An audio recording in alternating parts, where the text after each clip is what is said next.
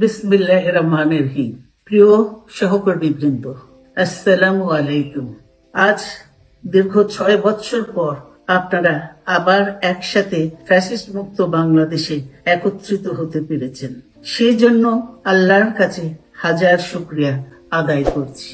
দীর্ঘ ফ্যাসিবাদী বিরোধী সংগ্রামে যারা শহীদ হয়েছেন এবং সম্প্রতি জুলাই আগস্টের ফ্যাসিবাদী শাসকদের নির্মম ভয়াবহ দমন নীতির কারণে গণহত্যায় যারা শহীদ হয়েছেন তাদের প্রতি আমি শ্রদ্ধা জানাচ্ছি। যারা আহত হয়েছেন তাদের প্রতি জানাচ্ছি আন্তরিক সমবেদনা। আমি চিকিৎসার কারণে যুক্তরাজ্যে অবস্থান করলেও আমি সব সময় আপনাদের পাশেই আছি। দীর্ঘ 15 বছর গণতন্ত্রের জন্য, আমার মুক্তির জন্য আপনারা যে নিরন্তর সংগ্রাম করেছেন এবং আমাদের অসংখ্য সহকর্মী প্রাণ দিয়েছেন, জুলুম নির্যাতনের শিকার হয়েছেন এবং প্রায় 1.25 লক্ষ মিথ্যা মামলায় জর্জরিত হয়েছে, এখনো আদালতের বারান্দায় ন্যায় বিচারের জন্য ঘুরে বেড়াচ্ছেন। আপনাদের এ ত্যাগ শুধু দল নয়, জাতি চিরকাল স্মরণ রাখবে। দেশ আজ এক সংকটময় সময়ে অতিক্রম করছে। আপনাদের এবং ছাত্রদের সমন্বিত আন্দোলনের ফলে ফ্যাসিস্ট শাসকেরা বিদায় নিয়েছে। একটা অন্তর্বর্তীকালীন সরকার গঠিত হয়েছে। তাদের কাছে জনগণের প্রত্যাশা রাষ্ট্র মেরামতের ন্যূনতম সংস্কার দ্রুত সম্পন্ন করে গণতান্ত্রিক ব্যবস্থায় ফিরে যাওয়ার জন্য সকলের কাছে গ্রহণযোগ্য একটি নির্বাচন অনুষ্ঠান সম্পন্ন করা।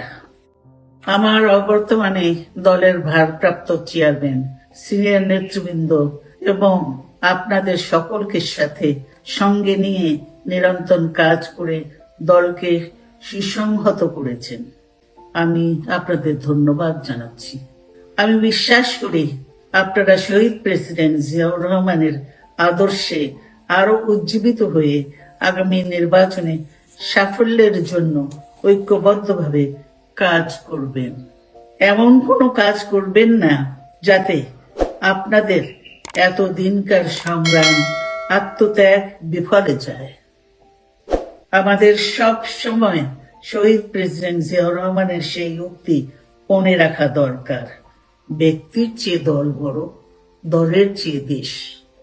বাংলাদেশের সর্বস্তরের মানুষ, বিশেষ করে তরুণ সমাজ আজ এক ইতিবাচক গণতান্ত্রিক পরিবর্তনের জন্য উন্মুখ হয়ে আছে। ক্ষুদ্র ক্ষুদ্র সংকীর্ণতা ভুলে দেশ ও জাতির বৃহত্তর স্বার্থে আমাদের কাজ করতে হবে।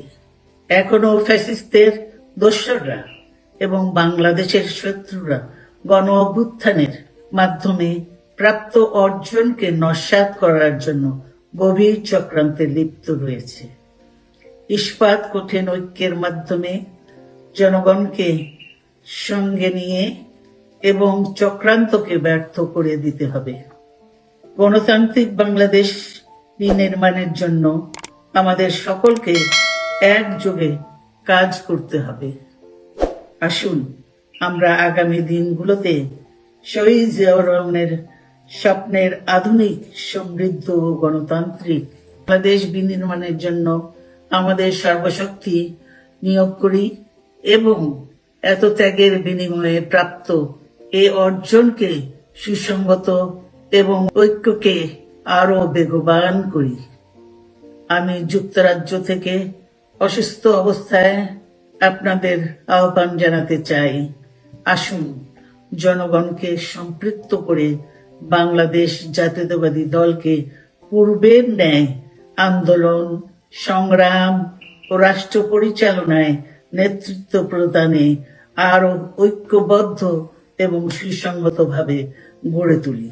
আপনাদের মাধ্যমে ছাত্র, যুবক সহ দেশবাসীর কাছে আহ্বান রাখতে চাই, আসুন প্রতিহিংসা, প্রতিশোধ নয়, পারস্পরিক ভালোবাসা ও ভ্রাতৃত্বের মাধ্যমে আমরা সকলে মিলে আমাদের প্রিয় মাতৃভূমিকে, বাংলাদেশকে সত্যিকার অর্থে একটি বাসযোগ্য উন্নত ও গণতান্ত্রিক রাষ্ট্রে পরিণত করি। আল্লাহ হাফেজ। বাংলাদেশ জিন্দাবাদ।